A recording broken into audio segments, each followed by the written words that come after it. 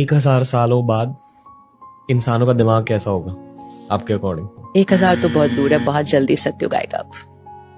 बहुत जल्दी सतयुग आएगा। यस, और इसीलिए सतयुग तो बहुत प्यारा होगा। हर सोल परफेक्ट होगी, हर बॉडी परफेक्ट होगी। परफेक्ट वर्ल्ड था, हमने उसको परफेक्शन से शिफ्ट किया धीरे धीरे, अब हम वापस परफेक्शन क्रिएट कर रहे हैं। इसलिए अगर आप देखो, ये वो भी समय है जहां बहुत लोग अब हायर वाइब्रेशनल एनर्जी की तरफ जा रहे हैं कि नहीं? यू फील दैट और no? That's all. So this time is called the time of awakening.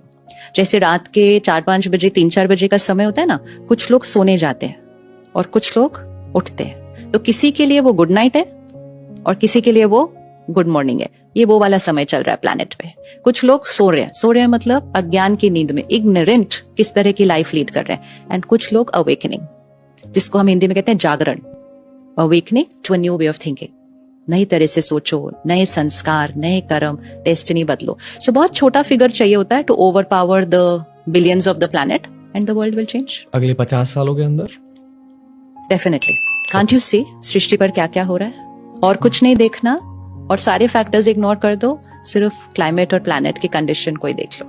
अगर आप यूएन की साइंटिफिक डेलिब्रेशन सुनेंगे, one of the scientist said, prepare the world for the planet to die, we have 10 years, ऐसा बोला उन्होंने। Critical हो रही है प्लैनेट की सिचुएशन। ऑडियंस की रिस्पॉन्सिबिलिटी अब बन गई है कि audience needs to take care कि अगर आप एक नेगेटिव कंटेंट कंज्यूम कर रहे हो, सिर्फ आप नहीं कंज्यूम कर रहे हो, आप क्रिएटर को और वैसा बनाने के लिए इंस्पायर करो, क्योंकि उसका तो वो बिजनेस है। और फिर आपके कंज्यूम करने की वजह से वो और बनाते हैं और बनाते हैं और लोग कंज्यूम करते हैं। And then we are saying, why is the world becoming like this? हमारे बच्चे ऐसे क्यों हो रहे हैं? रिस्पॉन्सिबिलिटी। शायद इसलिए आजकल लोग टीवी न्यूज कम देखते हैं। हाँ, बट सिर्फ न्यूज से क्या होगा? बाकी सब कुछ मूवीज की तरह, movie, OTT platform, social media hand, हर जगह एवरीथिंग जो भी कुछ आप सुन रहे हो, पढ़ रहे हो, देख रहे हो। Pornography, we are the highest consuming country in the world. तो वी हैव टू पॉज। अगर आप लस्ट कंज्यूम करोगे, ईगो कंज्यूम करोगे, ग्रीड कंज्यूम करोगे, क्राइम कंज्यूम करोगे, फियर कंज्यूम करोगे, वायलेंस कंज्यूम करोगे, कंपैरिजन कंज्यूम करोगे, सोशल मीडिया पे क्रिटिसिज्म कंज्यूम करोगे, कॉमेडी में आप लोगों को रिडिक्यूल करोगे, फिर आप क्या कंज्यूम कर रहे हो? तो जो आप कंज्यूम करोगे वो ही आप बनोगे। सो कंटेंट इज इमोशनल डाइट। जो हम सुनते हैं, पढ़ते हैं, देखते हैं, वो हम बनते हैं। जो हम बनते हैं वो कर्म में आता है, जो कर्म में आता है वो डेस्टिनी बनता है। So content is equal to destiny, and इसलिए the destiny of the planet is changing. Content, that is the power of content. ऐसे ही नहीं कहा गया था कि मीडिया पावर है। तो 30 is the age of your body. आपकी क्या एज है? सोल की? हाँ, I would like to believe कि millions of years old. So ageless, क्योंकि वो कभी मरता नहीं है। आत्मा अजर अमर अविनाशी, इटर्नल है ना, एनर्जी है। तो 30 इयर्स पहले आप कहाँ होंगे?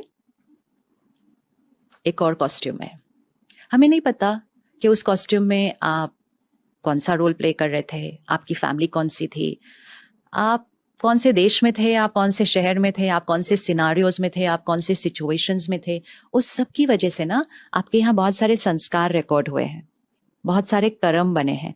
आप कई सोल्स के साथ बहुत क्लोज इंटरेक्शन में आए होंगे, उनके साथ आपके कार्मिक अकाउंट्स बने हैं। इससे पहले आप एक अलग कॉस्ट्यूम में थे, लेट्स से फॉर 100 years। उससे पहले आप एक और कॉस्ट्यूम में थे फॉर 100 years। ऐसे करते करते you have come on a very long journey.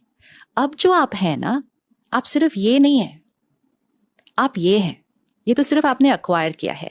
तो आपके पास यहाँ बहुत सारी लाइफ टाइम्स की रिकॉर्डिंग्स है। अब suppose I am an adult today, we call it adult body, but मेरी लाइफ में बहुत स्ट्रेस है, बहुत टेंशन है, बहुत एंग्जाइटी है, और ऐसे करते करते मैंने 70-80 साल इस शरीर में जिए। मुझ आत्मा ने शरीर छोड़ा, तो isn't fear and anxiety travelling with me? वो तो मेरे संस्कार में है ऑलरेडी, और मैं उस संस्कारों के साथ गर्भ में प्रवेश किया। आप अगर अपने वूम्ब के टाइप में जाएंगे और अपनी मम्मी से जाकर पूछेंगे कि जब मैं आपके वूम्ब में था आपकी लाइफ कैसी चल रही थी, were you okay, was there anything happening in your life, did you go through any emotional fear और this? If your mother had gone through that, you would have 99% caught that संस्कार। तो वो 9 महीने emotionally बहुत powerful होते हैं for the soul in the womb. तो अब आप देखो, एक मेरा पास्ट लाइफ, फिर मेरा वोम्ब एक्सपीरियंस, और फिर अब मैं 5 साल का बच्चा हूं तो आप बोलते हो मेरे को एंजाइटी क्यों होती है? क्योंकि मेरे मम्मी पापा को हो रही थी उस 9 महीने में। एंजाइटी हो रही थी मतलब हाइपर है ना, आजकल के बच्चे हाइपर भी बहुत हैं क्योंकि हम बहुत हाइपर हैं, हम 1 मिनट भी साइलेंस में नहीं बैठते। So womb time is the most important time जहां पेरेंट्स को मेडिटेशन करना चाहिए, स्पिरिचुअल प्रिंसिपल स्टडी करने चाहिए। याद रखो, अभिमन्यु उस समय सीख लेगा।